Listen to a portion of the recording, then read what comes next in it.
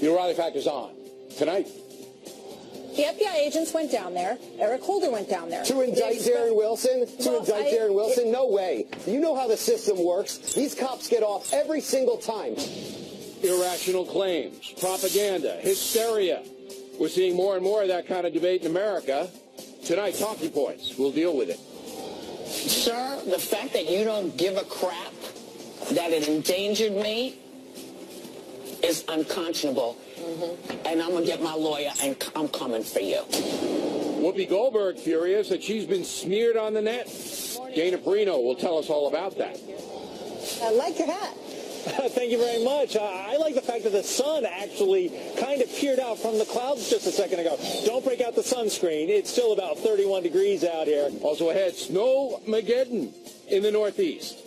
Gutfeld McGurk barely survives. Caution. You are about to enter the no spin zone. The factor begins right now.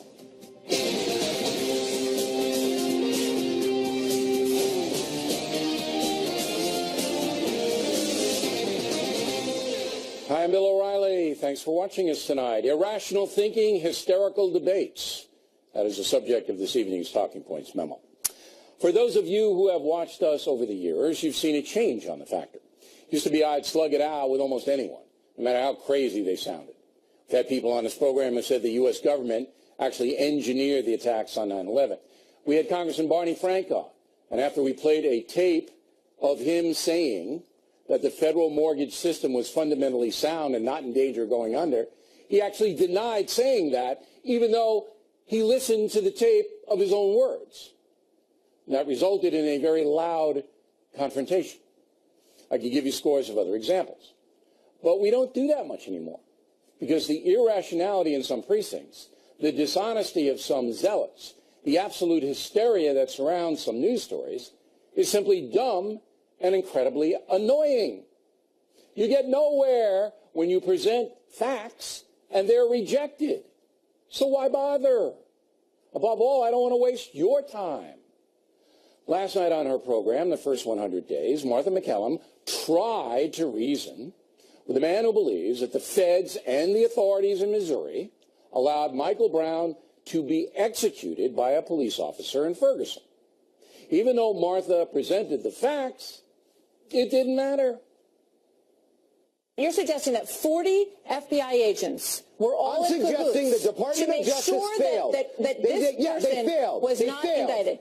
Listen to me. They failed. There were 3 different forensic investigations that were done that showed that he was shot in the front. They failed him. Everyone in the country was told this narrative that he was shot in the back. That he had his hands up and said, don't shoot. You know how many black men are in jail right now? You know how many black men are in jail right now for nothing? For nothing? Because the Department of Justice failed them? You know how many black men are in jail right now? So that guy believes, apparently, that blacks are brutalized, thrown into prison on a mass scale because of their color. That's what he believes. So why debate him? Facts don't matter, and you can't get a sentence out. And the worst part is, you're a racist if you don't see it the way he does.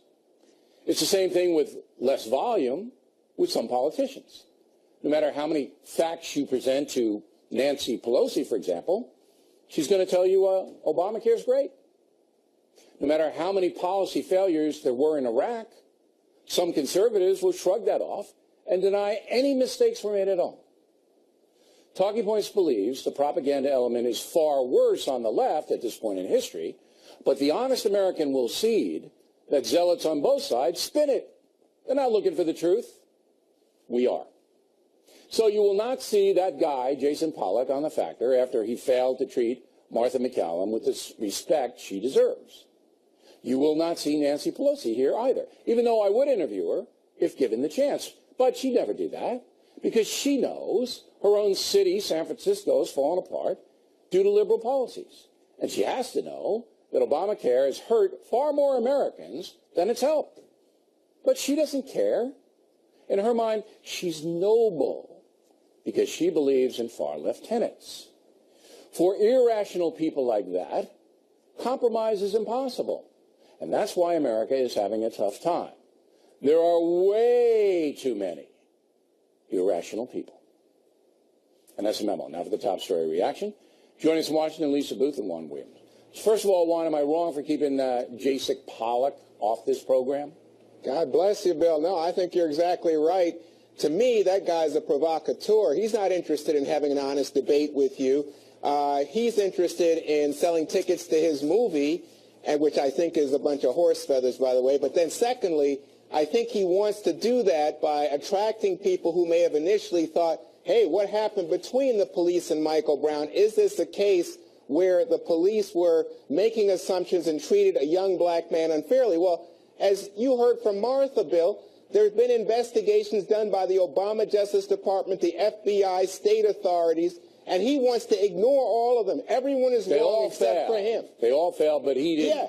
I mean, come on. Martha McCallum, Lisa, did a good job in keeping her composure. Yes. All right, because I will. Yeah, I'd like to see you. Yeah, right, I'd like to see you. The police would have had to been called. All right, with that guy, I would have cut his mic off. Yeah. That's what he wanted. Yeah. All right, he would want that because that would have been all over the websites, and O'Reilly brutalized him.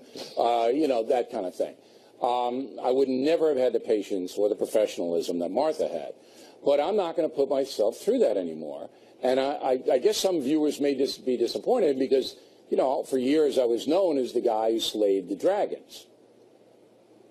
Well, look, I mean, Martha tried to give this guy the facts, and he wouldn't hear it because all he cared, he's a no-name loser who's using this video to try to get name recognition. That's all he cares about. And look at the ramifications of this video. St. Louis Dispatch reported that there was 100 protesters outside of this store. There were gunshots fired. There was a woman that punched a police officer in the nose. There was a guy who was arrested trying to set a police car on fire. And not only that, Bill, what have been the ramifications of this propaganda that was spread about the Michael Brown incident? Since then, we've seen an increase of 56. And people could die because, you have this element that want to destroy things, and this guy whips them up, and that's why we're not doing it. But let's go and elevate the discourse to Nancy Pelosi, who I used as an example, all right? Now, here's an accomplished woman, whether you like her or not. She's the second highest-ranking member of the House of Representatives, but she simply will not acknowledge reality, Juan. So you can say to her, hey, look, premiums in Arizona have risen this much for Obamacare. In South Carolina, they're down to one insurance company. The Aetna people have bailed, and the whole thing's collapsing. And Nancy Pelosi will say to you, no, that's not right. No matter what you do, Rove is coming up as a little board. You can have a little board. You can write it down. You can speak in a foreign tongue. She's never, ever going to cede that Obamacare isn't working. So here's a question.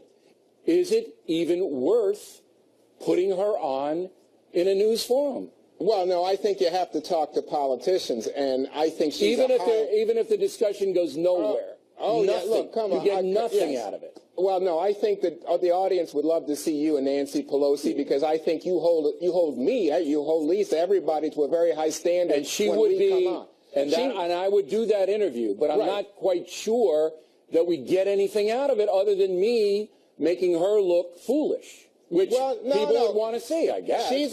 Nancy Pelosi is a very smart woman, but because of the way that we live these days, which is people refuse to think, hey, I could be wrong. Let me listen to the other guy, and then even if I think I have something right, let me compromise because I'm after a solution. I'm after the truth. You don't see that. And that's what happened with Barney Frank. That is what is driving us crazy and why we are dysfunctional as an American government. That's what happened with Barney Frank. Even after I played him the tape of him saying it, he said he didn't say it. Yeah, that's crazy. And I'm going, where's Rod Serling? We have entered the Twilight Zone. Yeah. And then when he got nasty about it, I let him have it, Lisa. And people say, oh, you mean. Oh, well, he's mean. You're not mean. But no, I would like to see you interview Nancy Pelosi. But I think the problem, too, Bill, is a lot of the time these guys, particularly the left, they're not held accountable by the media. So in a lot of the sit-downs that they do, you look at, they can say whatever they want. Yeah, so, Bill, for instance, look at an issue like abortion that essentially divides the country. When was Hillary Clinton ever asked about holding stances like abortions at 20 weeks, which is something that the majority of Americans reject. When was she ever questioned about Never. the Democratic Party repealing the Hyde Amendment, which is completely against longstanding bipartisan Yeah, I mean, we know, but legislation? that's a They're whole never different held story. The accountable. media being an enabler of this propaganda is a whole different story. Exactly. Yeah. Hey, good debate, you guys. Thank you. Next Thank on you, the Bill. rundown, more irrationality over Obamacare. Then later, U.S. troops back on the ground in Syria, Iraq, and Yemen will have a factor investigation up ahead.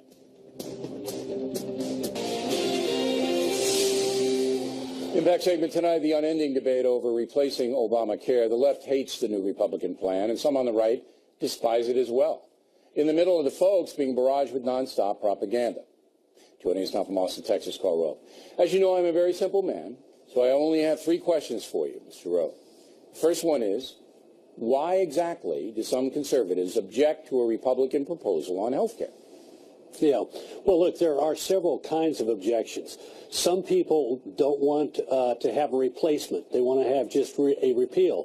Why not go vote back and pass the measure that was passed in January of 2016 by the House and Senate, and it was then vetoed by President Obama? That was a repeal-only measure. So they say, let's just pass that, kill the system entirely, and then take our time at replacing it. All right, let me The stop problem- you there. If that happens, then people who are getting health insurance cease to get it, and there's anarchy and chaos within the medical Absolutely. community. So that doesn't make a Absolutely. lot of sense to me.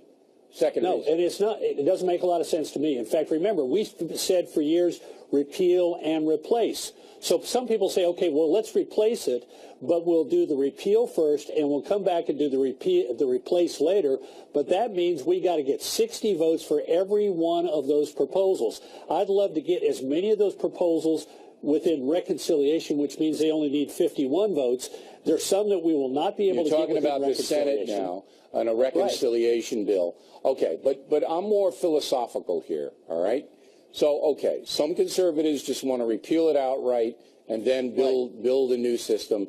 Meantime, chaos ensues. What are the other conservative objections? Well, there is a principled objection to creating advanceable, refundable tax credits for those who buy insurance out of their own pocket, the self-employed and people who work at companies that don't get So coverage they from see their this employees. as, some conservatives see it as an entitlement, all right? Exactly. But if you're only Which I- making $35,000 a year and you have a few kids in the house, it's a safety net going to, the public good. Well, exactly. And look, I'd put it this way. You could be making $150,000 a year as a self-employed individual. But why is it that we give a tax advantage to companies to provide it and not to people who have to pay so for it that out of sounds their like own another pocket? weak argument that some conservatives Well, but don't. it's a big one in some people's minds. My view is I accept that you don't want the new entitlement, but if you're going to be consistent, then you got to say that you're in favor of repealing the tax advantage that is given to companies that provide insurance. Is there It anything ought to be else treated that the fairly. right doesn't like about the Republican A lot plan? of this stuff is just, some of it strikes me as goofy. I was listening to one of the leaders today say, how dare they have in the replacement measure that the Republicans have in the House, that if you don't have insurance and you wait until you get sick and you show up and say, under the law, no pre-existing conditions, you can't be denied coverage, but insurance companies are allowed to charge you up to 30% more if you haven't been under continuous coverage. And they're saying, how dare they do this? Well, I'm sitting here saying, look, if I'm prudent and I buy insurance to cover my family and I'm paid into an insurance pool and you're being irresponsible and not purchasing insurance until you get sick, why should you get the same price as me? Okay. We don't do that I in a think bunch that's of a other good things. point, that there should Yeah. be a surcharge for those who have Absolutely. no insurance and come in and say, now that I have cancer, I want you to pick up all the bills at the same price of the healthy people. Okay, that's Right. reasonable. Now, if you were advising President Trump, as you did for Bush the Younger, all right, he's got to go out and he's got to convince his party to pretty much support it down the line and win over a few Democrats in the Senate. So what do you tell President Trump to concentrate on? Well, I think he's doing it the right way. He's got Tom Price, who knows this bill inside and out, and he's working with the Republican leadership in the House to keep an open line of communication to critics who are looking for a way to be supportive by making changes in the bill. And if that process goes forward, then then good things can happen because Price knows the bill. All right, so Price is the point man, but Trump is the power. He's the power. You got to. He's the That's right. But twister. you got to have a guy who does a lot of the groundwork on it and says, Mr. President, here's where I think we got a deal, but we need you to be involved in helping sell that deal. Last question from the simple guy: will the new Republican health care bill, no matter what shape it takes, as we assume it'll change, pass? Prediction. If I were a bet man, I'd say yes, but there's going to be a column in the Wall Street Journal I'd draw your attention to on Thursday morning that's going to examine this question in detail. I've read the rough draft of it. It's brilliant, really insightful. I think I'm doing a pretty good job with it. I would commend it to you on Thursday morning. All right, so you are saying that your column on Thursday is brilliant and unprecedented in its wisdom. I just want to... I wouldn't say unprecedented, but wise, yes. But okay. All right. But your prediction is that it will pass. Is that correct? Yeah, and incidentally, not just a little board, my friend. Not just a little board. It's a truth source. It's a trigger. It's a trigger. Karl Rove, everybody, directly ahead. Factor investigation, U.S. troops now fighting in Syria, Iraq, and Yemen. We don't know much about it. You will in just a few moments. And later, Whoopi Goldberg threatening to sue a guy who smeared her on the net. Dr. Follow-up segment tonight, U.S. troops fighting in Syria, Iraq, and Yemen right now. You may remember that Navy SEAL Ryan Owens was killed in a raid in Yemen, and that was on January 28th. 6 other U.S. service members were wounded in that ordeal. So what exactly is going on? Joining us from Boston, Colonel David Hunt, Fox News military analyst, author of the brand new novel, Without Mercy. Let's take the Yemen raid first. What happened there? As you said, late January, members of SEAL Team 6 had trained up for about 3 months, hit a compound in the southern province of Yemen, Baida province, with about 30 guys. When they went towards the compound, there was a village outside which had a lot more terrorists and people with guns than they predicted, than the intelligence read. The SEALs were under very serious firefight from an uphill advantage. Bad guys were uphill. Had to call in attack helicopters and jets into that area, which is where civilians, about 12, 14 civilians were killed. We lost a great guy you've already talked about, Owens, member of SEAL Team 6, and we lost a $78 million helicopter. So it was what were they trying to achieve in raiding the compound? An intelligence gathering operation, period. What does that mean? It means you want to get as much information from that compound, whether it's paper or hard drives, computers, or if they capture anybody. So it's an intelligence gathering. Did they get intel, as the president said? Yeah, the military classifies this as mission complete. They don't use the term success. They got hard drives and intel. All right, so they did get it, but they paid a price. Okay, now, in Iraq, we have how many U.S. soldiers, combat soldiers, on the ground right now? Do you know? 3 years ago, Bill, we had 250. About 45 days ago, we had about 6,000. And now we've got about 10,000. And we've got more going into Kuwait. We crossed into Syria late Monday night with Rangers in these Stryker vehicles, which is basically a tank with a small tank with big rubber tires. And then 2 days later, we put Marines and artillery units in, going towards Raqqa, which is, as you know, the ISIS capital. All right, so let me stop you. 10,000 combat troops. That's a lot of combat troops, all right, are in either Iraq or Syria right now. So they're going through Iraq. Some of them are helping out with the Mosul fight. ISIS is trapped in Mosul, and the Iraqis are fighting. But we have a good amount of Americans in that fight, right? There's over 5,000 Americans in the fight in Mosul. That's the toughest fighting in the world, not just Mosul, but anytime you fight combat in the city. It's very, very tough, and we've shot about a half to 3/4 of Mosul taken. We still got 2 weeks or a month for that fight to finish, and then we're heading up into, as you said, right now, in Syria. Let's stay in Mosul now. Are the U.S. forces there? Are they actually on the front lines with the Iraqis fighting ISIS? Are they in harm's way, or are they support?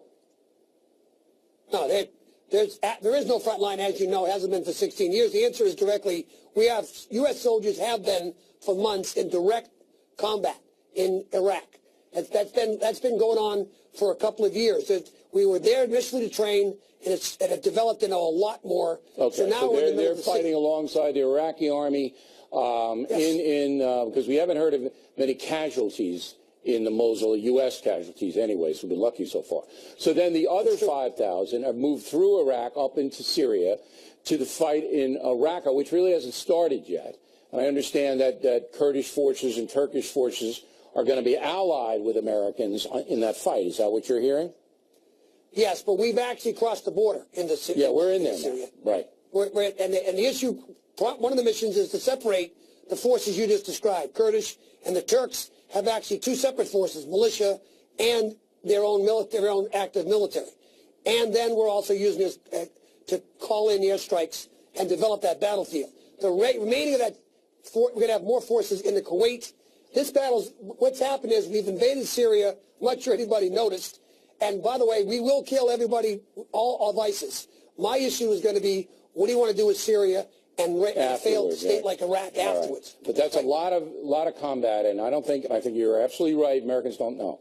All right, now your new book, Without Mercy, is a novel, and I just started it, and it's ISIS gets an atomic weapon with the help of the Pakistanis.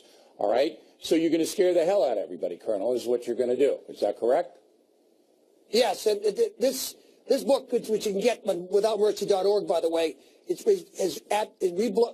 ISIS blows a bomb, a nuke up in Bagram Air Base, but before they've done that, they've already sent two towards the west in tankers, and one gets into lower Manhattan.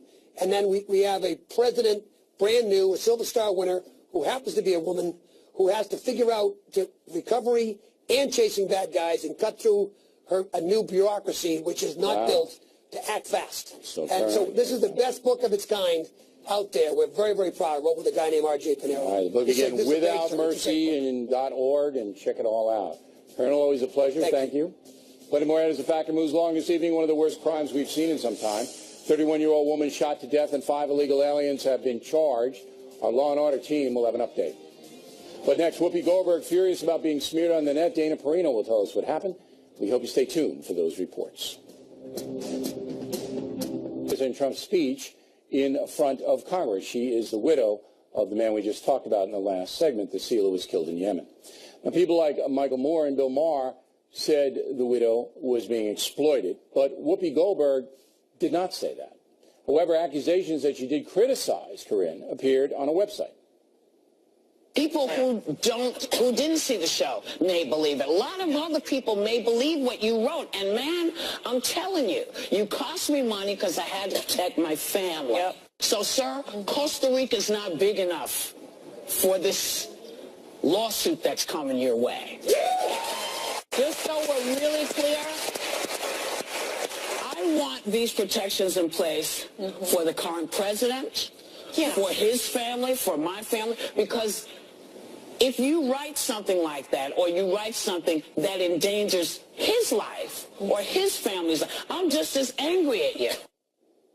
This now to explain further, Dana Perino, co-host of 5. Who did this? It's a young man named James McDaniel. He's 28 years old. He's originally from Florida but lives in Costa Rica right now. He has a job with an American nutrition company, and as a side project, he launched this website called The Underground Report on February 21st. Got 1 million page views in 9 days. What did he allege Ms. Goldberg said? Well, he said that she had said that the widow, Corinne Owens, was seeking attention. And she said no such thing. No. She, on the episode of The View, March 1st, she was critical of President Trump, as she is wont to do, but she didn't say anything directly about Corinne. No. So this guy lied.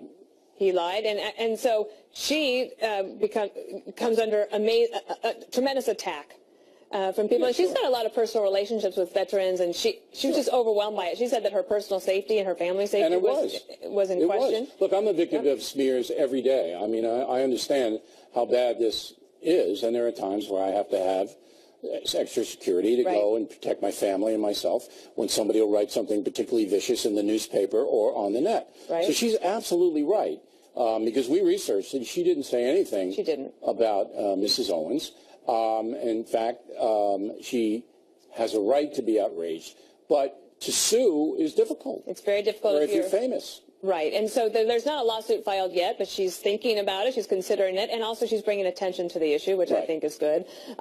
It's hard when you're a public figure. Right, because you have to show, people who don't know, you have to show damages. So Whoopi Goldberg would show, I would assume, emotional distress on her and her family. That's damages. And then you have to prove malice. So it's twofold. You have to prove malice. So you'd have to get into this guy's whole psyche and say, well, why did you want to hurt me?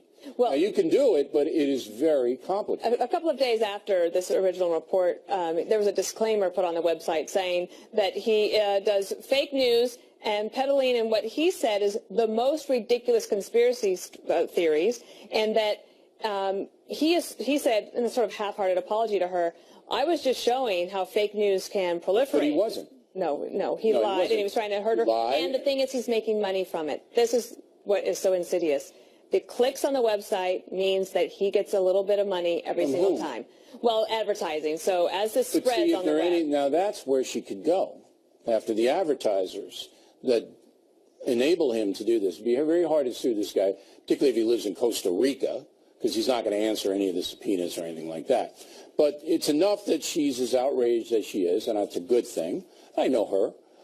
Me too. And I think that essentially she's 100% correct. And what she was saying, too, is that she wants either a law changed or the lawsuit in order to protect all of us. I mean, this proliferation of fake news is a danger to everybody, no matter who is spreading it. The libel laws and the protect the defamation laws should absolutely be changed. And the loser in any of these nuisance lawsuits should have to pay. That's what they do in Britain. That's right. And that would cut the lawsuits down in half. That's right. All right. Well, we'll follow the story. Dana, thanks. Thanks for See having you. me. We come right back. Horrible crime in Washington State, where some illegal aliens are protected by the governor. This one will get you angry. Up next. 14 plus every story, every 15 minutes. Fox News headlines 24/7, channel 115. The O'Reilly Factor, the #1 cable news show for 16 years and counting. Thanks for staying with us. And Bill O'Reilly in the Law and Order segment tonight. A horrible murder in Washington State. 31-year-old Jill Marie Sundberg, mother of 4 young children, allegedly shot to death by an illegal alien criminal who had been deported. 4 other illegal aliens are being held in the case as well. You may remember the governor of Washington State, Jay Inslee, ordered his state troopers not to cooperate with ICE on many undocumented matters. Listen now, attorneys and Fox News analysts Ebony Williams and Kimberly Guilfoyle. How did the murder happen, Kimberly? You know, great question, because you wonder, how did this woman end up getting kidnapped and driven away? They were all, like, social acquaintances, were at an RV park where there was a party.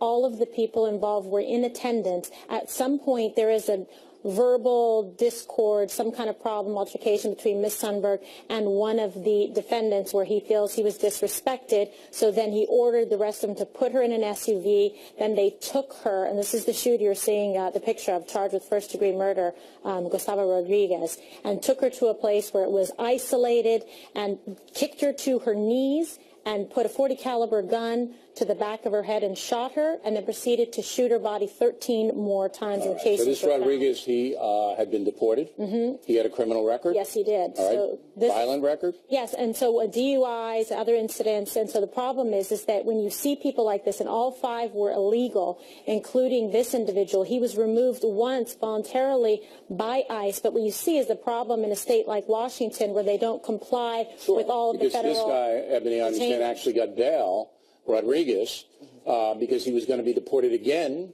but before ICE could get him, the local authorities in Washington State gave him an $8,000 bond. Right, which is that's preposterous. insane. That's preposterous. He was already deported and already convicted of felony. And then the kicker is, when he didn't show up to court for that, no order for his arrest. And if one of us did, we would have one. He didn't show up after the bail was given, and they didn't put out an order for his arrest. Which is different than how any of the 3 of us would be treated. So the governor, again, sends a message that and illegal alien criminals have a much easier time in Washington State. Yeah, and I'm sick of that. Now the other 4 incident was domestic violence in 2015. Because of violent assaults as well. The other 4 are being held what? Yeah, so the other 4, there's 3 that are being held on homicide, and 2 others as material witness to a crime, but I expect that additional charges will be filed. I guess they were all there. Well, there's 2 crime scenes, a primary and a secondary scene. Absolutely. Right. So if they were aiding and the prosecutors want to know, Bill, the criminal culpability liability. I don't think they're totally clear, so that's why those other two are being held at reduced bond, so they find that out. And They're all undocumented Mexican nationals, right? Big problem. Okay. Now, Hawaii has filed a lawsuit against the latest travel ban by the Trump administration, and one of the things in their objection, Ebony, is that if people from Yemen and Libya and Sudan and Syria don't come here, it hurts the Hawaiian travel industry. Is that correct? That's one of the claims, Bill. They also claim, I know that's a bit far-fetched, but they did cite, that's not far-fetched. 348 to 278 in January from 2017 to 2016. That's a chill Let me tell you something, Miss Ebony. Last time I was in Waikiki, right next to me was a tour group from Yemen. Well, it might and I asked them, that might be the 100 that they're talking about. I said, it's hotter in your country and you get this big, giant coastline. Oh, my God. Why do you have to go to Hawaii? Well, you can just walk to the coast and jump in the water and get It's the macadamia. And they said, we heard you were going to be here, O'Reilly. Oh, is that what it was? And then we booked passage from Yemen to that's what Hawaii Honolulu. needs. And there are They're non-stop O'Reilly flights. tour. You know, from Syria, from Raqqa, if you're ISIS, you can get on a plane in Raqqa and you can fly right into Lahui. Things are getting tough there. But they're making the fiscal argument, Bill, because that worked in the 90s. Oh, of course. And that's a valid argument. You know Hawaii is suffering because these people are being more vetted. Of course. Can you believe this? You're laughing. Can I believe it? Yes. Yes. Yes. I got the numbers. Am I mocking it? Yes. Of course. 100 people, sure. That's a big deal. It's very, very huge. All right? Ladies, Poor thank Hawaii. you. Gutfeld and McGurk on deck. They barely survived the giant blizzard that hit New York today. We'll have their tales of peril. Gutfeld has a real good one. That's the fact it continues all across the USA and all around the world.